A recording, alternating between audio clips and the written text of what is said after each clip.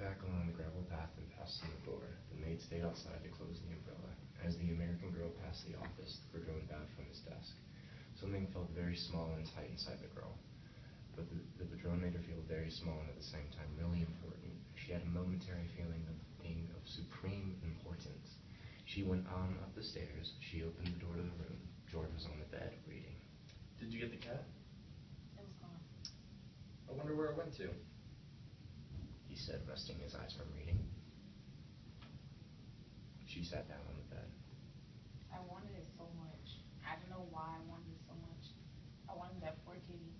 It isn't any fun to be a poor kitty out in the rain. George was reading again. She went over and sat in front of the mirror of the dressing table, looking at herself with the hand glass. She studied her profile, first one side and then the other. Then she studied the back of her head and her neck.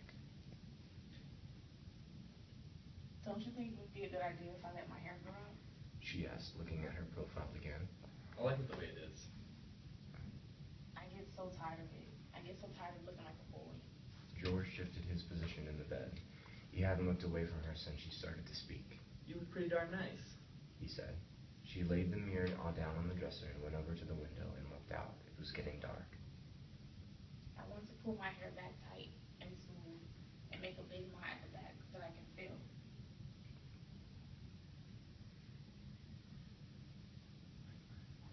I want to have a kitty to sit on my lap and purr when I stroke her.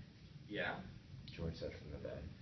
And I want to eat at a table with my own silver, and I want my own candles. And I want it to be spring, and I want to brush my hair out in front of the mirror, and I want a kitty, and I want some new clothes. I'll shut up and get something to read.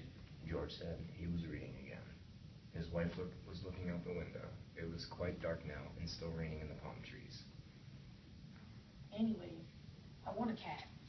I want a cat. I want a cat now. If I can't have long hair or any fun I can have a cat. George was not listening. He was reading his book.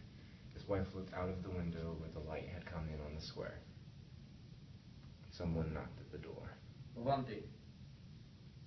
George said. He looked up from his book. In the doorway stood the maid. She held a big tortoiseshell cat pressed tight against her and swung down against her body. Cut.